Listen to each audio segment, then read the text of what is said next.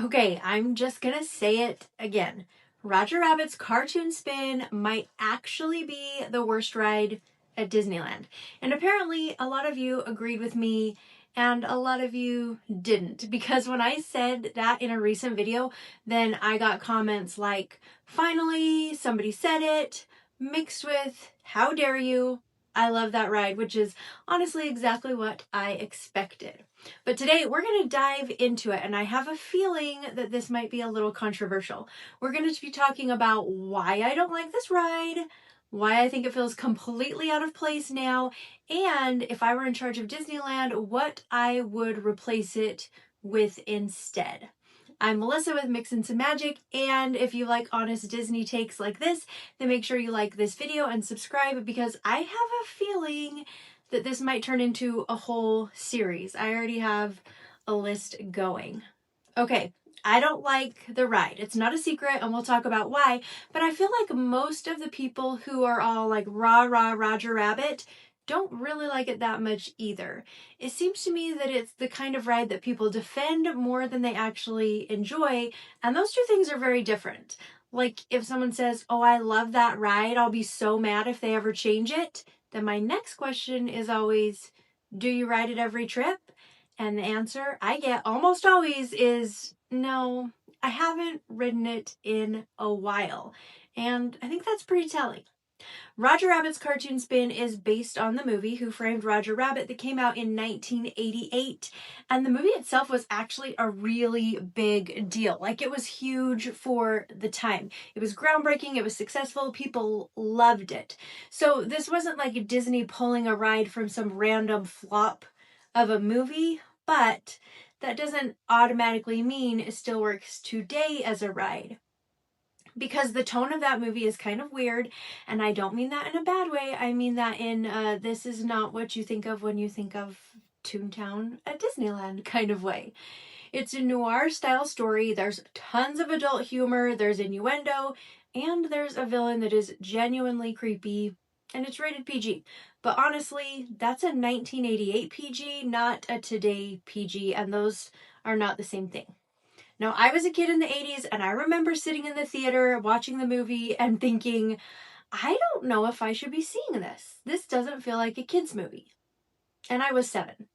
So anyway, we've got a ride sitting in the most bright and playful and kid-focused land in Disneyland based on a movie that doesn't really match that energy. And I think that disconnect matters more than people realize. And Disney kind of knows that something is off because they've already gone in and tried to adjust parts of the story on the ride. Jessica Rabbit is the biggest example. They changed her role and made her less sexualized and turned her into more of a detective type character, which honestly I don't have a problem with. That part makes sense to me, but here's what feels weird about it. It feels like we're fixing one little piece of something that doesn't really work as a whole anymore. Because the issue isn't just Jessica Rabbit. The issue is the tone, the story, and the overall feeling of the ride. So now you have this attraction that's kind of stuck in between two identities. It's not fully the original version anymore, but it's also not fully modernized either. And I think you can kind of feel that when you ride it. We also need to talk about the queue. Oh my gosh, the queue. It's long, repetitive, kind of chaotic in a way that isn't actually enjoyable. It's just a lot of switchbacks, a lot of standing, a lot of slowly moving, and every time I ride it, I think, how am I still in this line?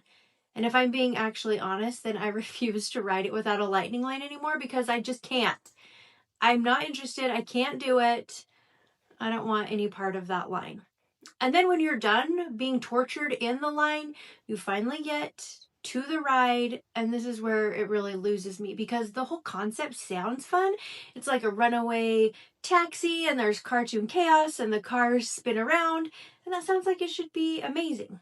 But in reality, it just feels messy. The spinning is awkward, the movement is jerky, and the story's really hard to follow because of all the spinning. You're like trying to follow what's happening, but someone in your car is aggressively spinning the wheel, and now you're sideways looking at a wall, and missing half the ride and trying to turn yourself back around. It's like you're in a shopping cart with one of those broken wheels. You know what I'm talking about? And you're just like, okay, what is happening?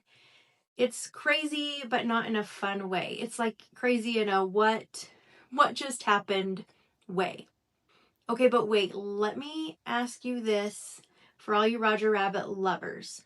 When was the last time you rode Roger Rabbit and got off thinking, I can't wait to ride that again? Yeah, that's what I thought. But I think that the biggest thing for me is that this ride just doesn't fit at Disneyland anymore. Not the way it used to. So when it opened in 1994, then kids knew who Roger Rabbit was. They actually had his character walking around the parks and greeting guests, but kids today have literally zero idea who Roger Rabbit is. My kids don't know because I refused to show them the movie when they were little because, again, I don't think it's a kids movie.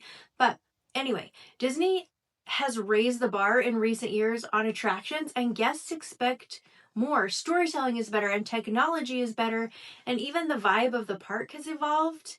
And Roger Rabbit feels like it's still sitting in a moment where Disney thought this character was going to be a much bigger part of the parks. And that just didn't happen. So now it feels like this leftover piece of a different era.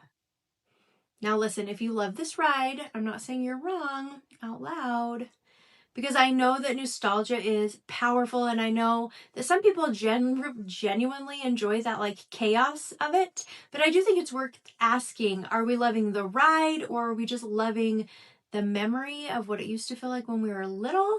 Because those are not always the same thing. So if I were in charge, if I was running at Disneyland, then I would replace it. It would be the first thing to go right off the bat. And I would replace it with a Goofy movie ride. And I know that might sound random at first, but hear me out. It makes sense.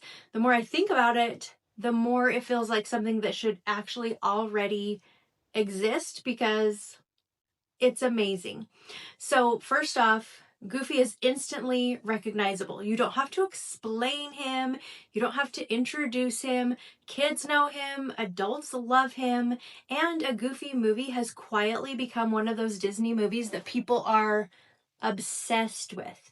And I'm honestly kind of surprised that Disney hasn't done more with it because the fan base is already there.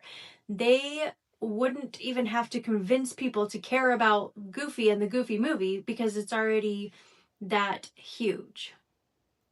And we wouldn't even need a whole new show building or ride concept, just a retheme. But we're going to do it right. We're not just slapping a Goofy on the sign. We're going to build a ride that people actually want to ride again. So picture this.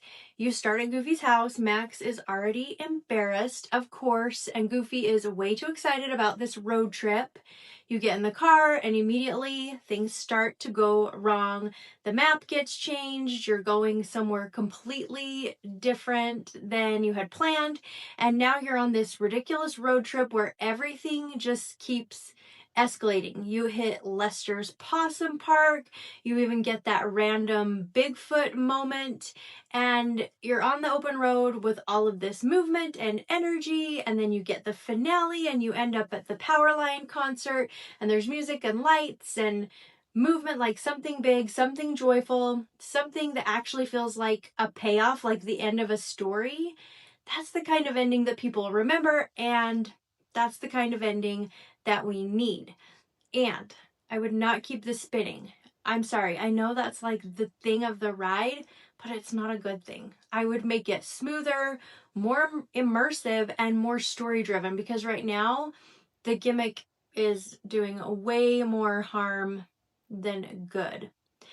So, with the new Goofy movie ride, you have a character people recognize, a story people connect with, and a tone that fits the land, and a ride that people would actually look forward to instead of one that people argue about every time it comes up and nobody wants to ride on it.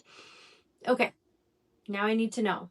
Do you love Roger Rabbit and think I'm completely wrong, which is fine? Or are you like, yeah, it might be time. And if Disney replaced it, would you want a Goofy movie ride or something totally different? Okay, this was really fun. What ride should we do next?